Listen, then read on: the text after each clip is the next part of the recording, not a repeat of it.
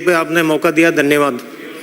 सबसे पहले तो मैं हमारे मुख्यमंत्री जी भजन लाल जी का धन्यवाद और आभार व्यक्त करना चाहता हूं कि उन्होंने इतना पिछले 2 वर्ष में, और ये बजट भी बहुत शानदार और अच्छा बजट जो जनहित के कार्यों के लिए और आम जनता को समर्पित बजट है।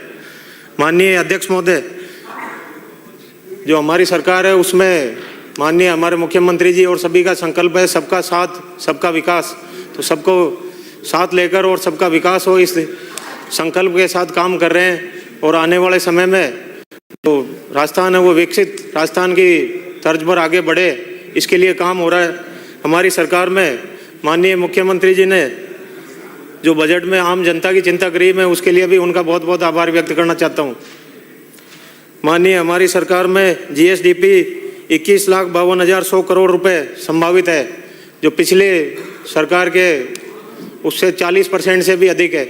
इसके लिए भी मैं उनका बहुत बहुत आभार व्यक्त करना चाहता हूं, जो आने वाले समय में हमारे राजस्थान विकसित राजस्थान की ओर आगे बढ़ रहा है।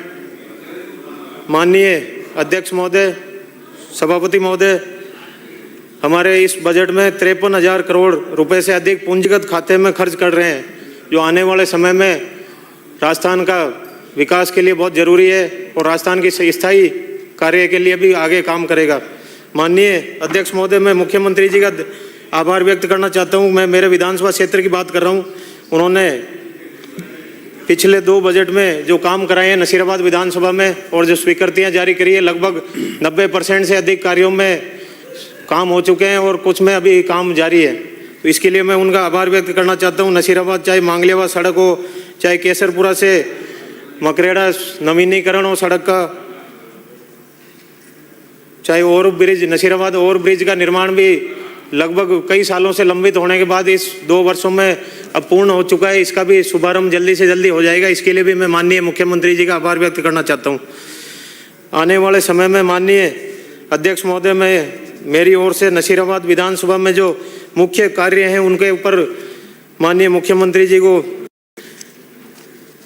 बताना चाहता हूँ कि इसमें नसीराबाद जो उप जिला चिकित्सालय भवन है बहुत पुराना बना हुआ है, और माननीय जो दुर्घटनाएं हैं वो हाईवे पे स्थित होने के कारण बहुत अधिक मात्रा में आती है। भिलवाड़ा से अजमेर तक कोई भी ट्रॉमा सेंटर स्थापित नहीं होने के कारण आम जनता को और मरीजों को बहुत कठिनाई का सामना करना पड़ता है। तो एक ट्रॉमा सेंटर की स्थापना नसीराबाद उप जिला चिकित्सालय में हो, इसके लिए माननीय मुख्यमंत्री जी से मेरा आह्वान है। इसके अलावा माननीय प्रमुख सड़कें जो हमारे नसीराबाद विधानसभा की, इस ओर भी मैं आपका ध्यान आकर्षित करना चाहता हूं। चाहे पुष्कर से पीसांगण सड़क हो वाया मोतीसर भगवानपुरा, तो इसका चौड़ाईकरण एवं नवीनीकरण 21.5 किलोमीटर की ये सड़क है, ये भी बहुत ज़रूरी सड़क है। इसके अलावा रामसर मोराजड़ी सांप्रौदा सड़क है, ये 15 किलोमीटर है। ये भी माइनिंग क्षेत्र में होने के कारण आए दिन दुर्घटनाएँ होती रहती हैं, तो इसका भी नवीनीकरण हो।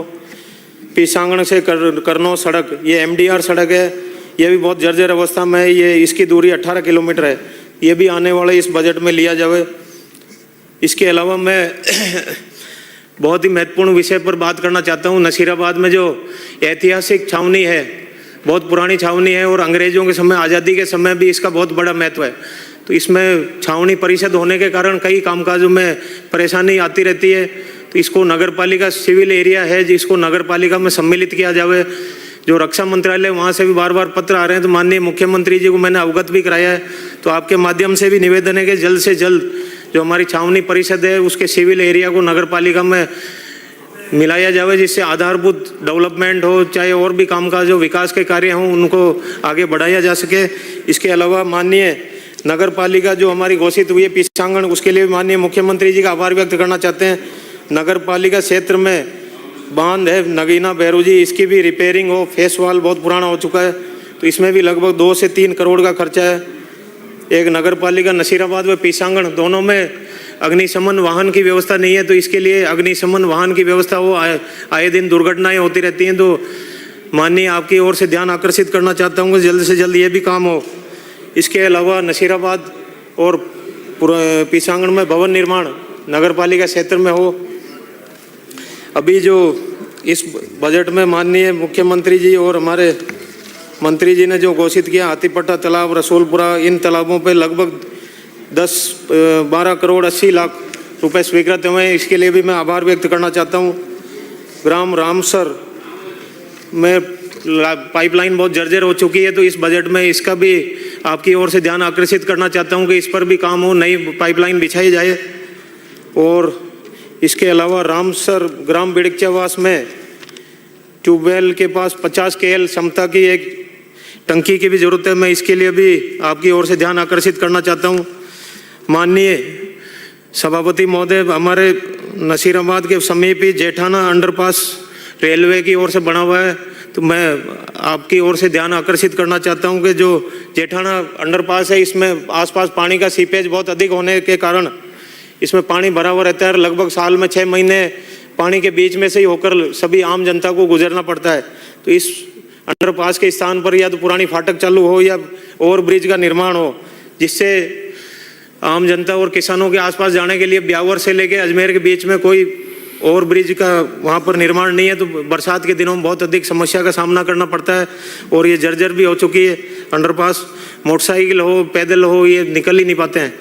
इसके अलावा मैं माननीय आपके माध्यम से ये कहना चाहता हूँ कि जो करनौस से मेवाड़िया सड़क है, इसका भी जल्दी से जल्दी निर्माण हो। ये भी बहुत पुरानी सड़क है, MDR में घोषित हो चुकी है और बहुत ही जर्जर अवस्था में है।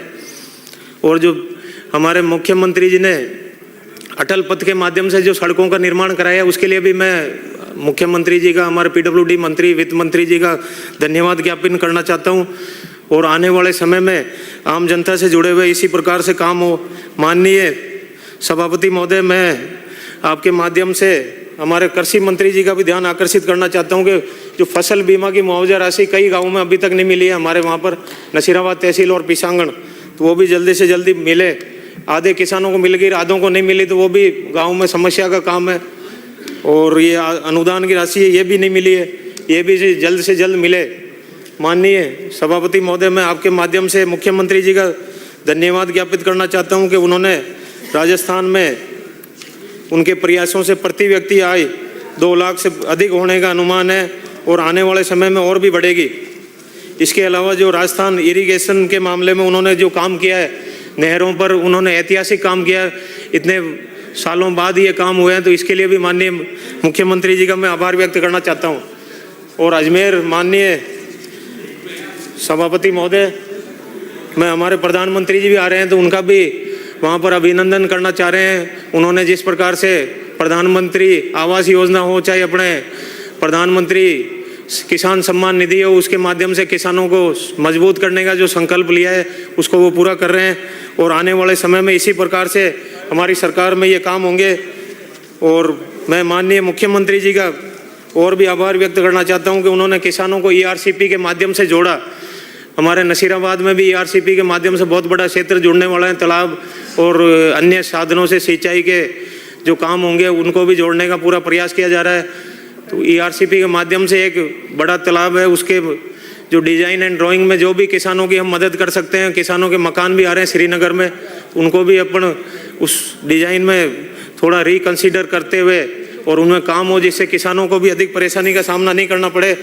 और मैं इसी माध्यम से हमारे मुख्यमंत्री जी का और भी आभार व्यक्त करना चाहता हूँ कि उन्होंने इन्वेस्टमेंट अपने राजस्थान में लेकर आए, राजस्थान को पिछड़े हुए प्रदेश से आगे बढ़ाने का वो प्रयास कर रहे हैं, चाहे सोलर के क्षेत्र में हो, चाहे एनर्जी, चाहे वाटर, सभी क्षेत्रों में वो लगभग आगे बढ़ने का काम हो रहा है। शिक्षा के क्षेत्र में भी काम हो रहे हैं। पुरानी जो जर्जर इमारतें, उन्होंने उनके स्थान पर नए कमरों को स्वीकृत किया, चाहे DMFT के माध्यम से हो, चाहे रमसा के माध्यम से हो, जिससे आने वाले समय में हादसों की कोई गुंजाइश नहीं रहे और पढ़ाई का स्तर भी बढ़े।